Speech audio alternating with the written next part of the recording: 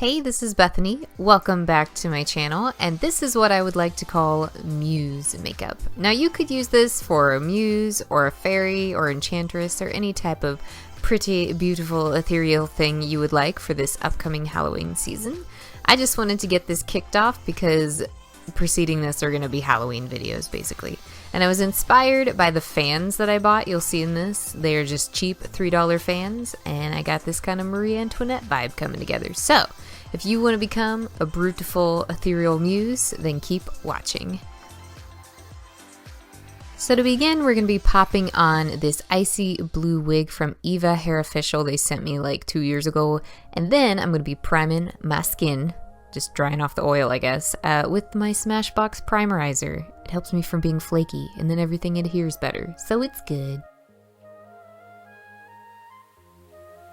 For foundation, I used the Covergirl True Blend foundation they just made with lots of shades, and this one is L20, and it's like a neutral pale shade, which actually works pretty well. And I'm using my Juno sponge, which I love. It makes everything more full coverage and matte. Just blending that out. And then for concealer, I'm just going to use an old classic, my Age Rewind Circle Eraser, but I'm going in, I believe, with my ColourPop concealer here.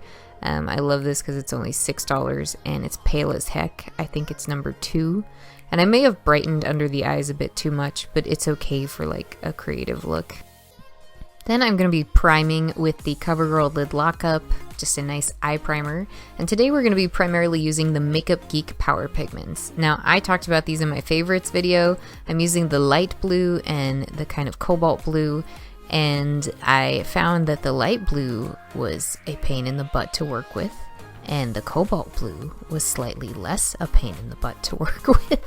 But generally, the more warm tone shades on the right side that I'm holding up, like the reds and pinks, did really well when I used them otherwise. But the blues were just a little bit of a patchy pain. I mean, I could still get them to be beautiful, and I liked the color, but they were just a little bit more tricky to work with, and they felt a bit more dry. So just a heads up on that. I love Makeup Geek, but these were a lot less soft than I expected.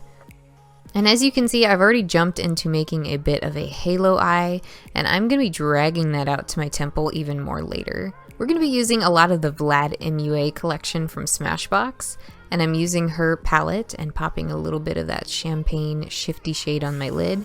And I end up building a lot of stuff on this. I even used their illuminator, which has like a purple shift in it. I just want to get more of that pink popping against the blue. I think it looks neat when I do it.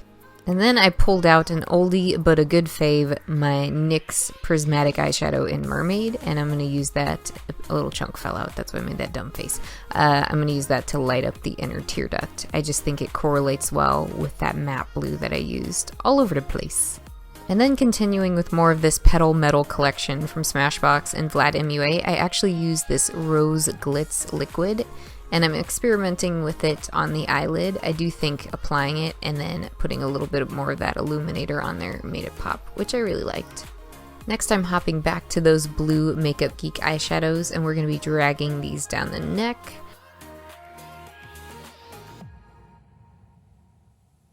Then I'm going to be contouring with the Urban Decay Beached Bronzer in Sunkissed. I don't know why most bronzers called Sunkissed end up being alright for pale skin, but this is like the third one I've owned from a brand that if it's just lightly Sunkissed, it'll work just fine. But yeah, I get a good warmed up contour from this, and it seems to pair well with all this blue on my pale skin. It just makes me look a little bit less dead, if you know what I mean. Then going into the palest Petal Metal illuminator, I'm just going to be gently illuminating to see if I like a more subtle approach. I will actually go over the top in a minute, but this is one of my favorite illuminators from this line to wear just in general. Then I'm going to be expanding the temple just like I told you all I would with that blue, because we're going to go in with a design soon. My design is going to incorporate these flowers on my temple, so I'm going to go in with these swirly designs using my NYX's white liquid liner.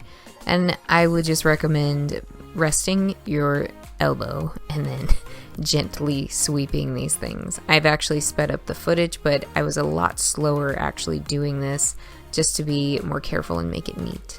I do add some more pigment, and I kind of have to blend this out and soften it. See, it's just like, it's a little bit patchy. You can work with it, but just a bit patchy. And then with the white, I'm going to be using the rose gold liner from this Petal Metal collection, and just adding that alongside the white. See, I'm incorporating a lot of this collection because I was just kind of inspired by it to do this look. And if I got a little bit like sloppy to where I couldn't see my temple very well, I just kind of laid it down generally and then made it neater with the white liner, because there's only so far my eyeball can see. So I just kind of correct it later. I do add just a touch of black eyeliner because I'm going to be putting on falsies. And the ones I was using were from the IEnvybyKiss Iconic line. I believe I chose number 6 again because they always end up being my favorite. They flare out and they're all like dramatic, but I don't feel ridiculous in them.